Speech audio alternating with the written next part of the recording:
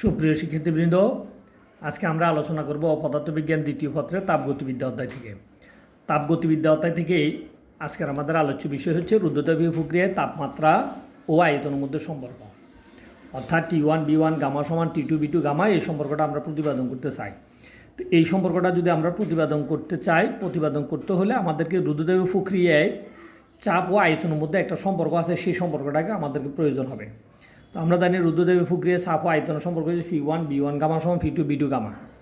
এখন এই সম্পর্ক থেকে আমরা T1 B1 gamma T2 B2 gamma -1 এই সম্পর্কটা আমরা বের করতে চাই। বের করার জন্য আমাদেরকে 1 মোল আদর্শ গ্যাসের সমীকরণের সাহায্য প্রয়োজন হবে। তো আমরা জানি পদার্থবিজ্ঞান প্রথম পত্রের মধ্যে তাপ ও গ্যাস অধ্যায় থেকে আমরা 1 মোল আদর্শ গ্যাসের ক্ষেত্রে আদর্শ গ্যাসের সমীকরণ পাইছি PV সমান RT 1 মোল গ্যাসের জন্য। তো এখন এখান থেকে যেহেতু আমাদেরকে তাপমাত্রা আয়তনের মধ্যে সম্পর্ক স্থাপন করতে হবে, তাই সেখানে আমরা চাপের মান বের করলাম। তো আমরা জানি PV সমান RT, তাহলে V সমান RT ডিভাইড বাই V। এখন আমরা যদি চাপ পরিবর্তন করি P1 করি, তাহলে আমার আয়তন হবে B1, তাপমাত্রা হবে T1। আবার যদি চাপ পরিবর্তন করে আমি P2 করি, তাহলে আয়তন হবে B2, তাপমাত্রা হবে T2। আর আদর্শ গ্যাস ধ্রুবক আর এটা সব ক্ষেত্রে সমান থাকবে। এখন এই P1 P2 এর মান এই রুদ্ধতাপীয় প্রক্রিয়ায় চাপ এবং আয়তনের সম্পর্কের এই সমীকরণের মধ্যে আমরা স্থাপন করতেছি। P1 মান RT1 ডিভাইড বাই B1, এই P1 এর জায়গাতে দেখো RT1 ডিভাইড বাই B1, আর এই B2 দিবার গামা আর সমান এই P2 এর মান হচ্ছে দেখো RT2 ডিভাইড বাই B2। তাহলে এই P2 এর মান RT2 ডিভাইড বাই B2 বসাইলাম, এই B2 দিবার গামা যেভাবে আছে এভাবে বসা দিয়েছি। এখন দেখো এইটা এবং এইটা এই দুইটা জায়গাতে সূচক বেশ সমান, কিন্তু এখানে উপরে পাওয়ার কিছু না থাকলে 1 আছে, এখানে উপরে গামা আছে। উপভোক্তার থেকে আর সমান হওয়ায় উপভোক্তার থেকে আমরা আদর্শ গ্যাস ধ্রুবক আরকে বাদ দিতে পারি। এরপরে এখানে T1 B1 ইন্টু B2 দিবার গামা, তাহলে এইটার সাথে এইটার সম্পর্ক হচ্ছে ভাগের সময় আমরা জানি পাওয়ার বিয়োগ। তাহলে T1 যেভাবে সেভাবে থাকি যাবে, B1 গামা -1 ভাগের সময় 1 বিয়োগ হয়ে গেছে পাওয়ার। আবার ঠিক সেমভাবে T2 B2 গামা -1, তাহলে দেখো T1 B1 gamma -1 T2 B2 gamma -1।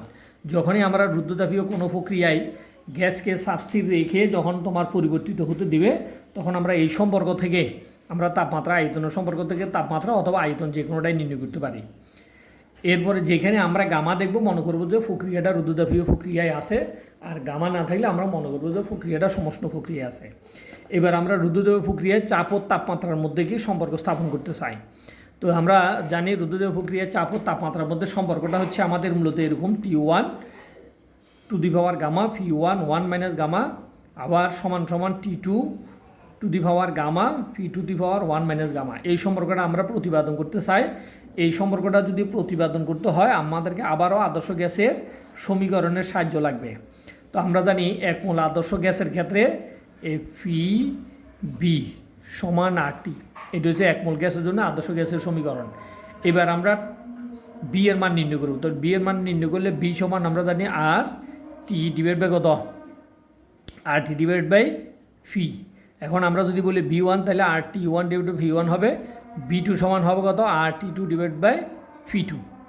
এখন আমরা B1 B2 এর মান এই সমীকরণে 1 নং সমীকরণ দেখো, এই 1 নং সমীকরণে এই B1 B2 এর মান আমরা বসাইতে পারি। তাহলে 1 নং হতে ভাই P1 B1 গামা সমান P2 B2 গামা।